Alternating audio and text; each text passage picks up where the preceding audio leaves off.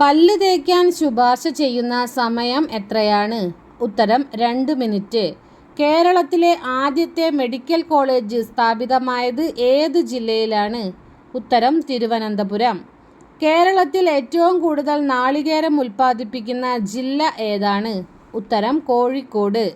കേരളത്തിലെ ഏറ്റവും വലിയ പീഠഭൂമിയായ വയനാട് പീഠഭൂമി സ്ഥിതി ചെയ്യുന്നത് ഏത് ജില്ലയിലാണ്? ഉത്തരം വയനാട്. കേരളത്തിലെ ഒരേയൊരു ലയൺ സഫാരി പാർക്ക് സ്ഥിതി ചെയ്യുന്ന ജില്ല ഏതാണ്? ഉത്തരം തിരുവനന്തപുരം. കേരളത്തിലെ വലിപ്പത്തിൽ 2ാം സ്ഥാനത്തുള്ള ജില്ല ഏതാണ്? ഉത്തരം ഇടുക്കി. കേരളത്തിൽ ഏറ്റവും കൂടുതൽ കശുവണ്ടി ഉൽപ്പാദിപ്പിക്കുന്ന ജില്ല ഏതാണ്? ഉത്തരം കാസർഗോഡ്. കേരളത്തിലെ നദികളിൽ ഏറ്റവും വടക്കേ അറ്റത്തുള്ള മഞ്ചേശ്വരം പുഴ ഏത് ജില്ലയിലൂടെയാണ് ഒഴുകുന്നത്? ഉത്തരം കാസർഗോഡ്.